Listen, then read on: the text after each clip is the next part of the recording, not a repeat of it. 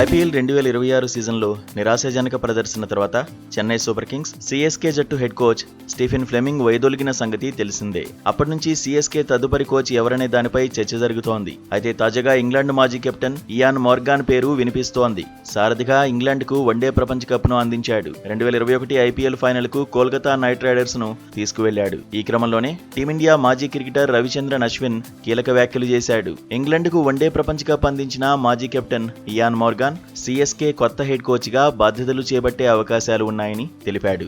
ఐపీఎల్లో సిఎస్కే ప్రధాన కోచ్ గా ఇయాన్ మోర్గాన్ వస్తాడని నాకు అనిపిస్తోందని చెప్పాడు. ఇటీవల అతడి పేరే ఎక్కువగా చక్కర్లు కొడుతోందని, చర్చలు కూడా అతని గురించే జరిగినట్లు అశ్విన్ గుర్తు చేశాడు. అయితే ఇయాన్ మోర్గాన్ ఈ ఏడాదే బాధ్యతలు తీసుకుంటాడా, లేకపోతే మినీ ఆక్షన్లో జట్టు నిర్మాణం తర్వాత వస్తాడా అనేది చూడాలని పేర్కొన్నాడు.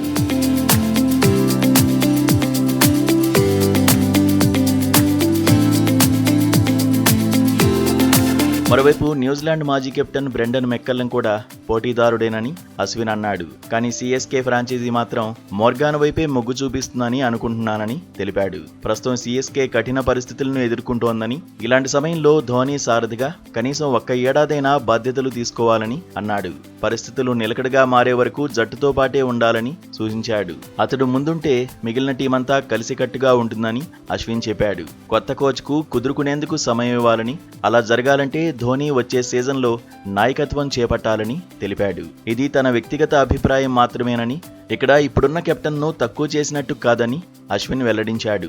కాగా ఐపీఎల్లో 5 సార్లు ఛాంపియన్గా నిలిచిన చెన్నై గత 2 సీజన్లలో పేలవమైన ప్రదర్శన చేసింది. ఈ ఏడాది ముగిసిన ఎడిషన్లో ధోనీ కనీసం ఒక్క మ్యాచ్ కూడా ఆడలేదు. ఇక సిఎస్కే తరఫున అశ్విన్ కూడా ఐపీఎల్ ఆడాడు.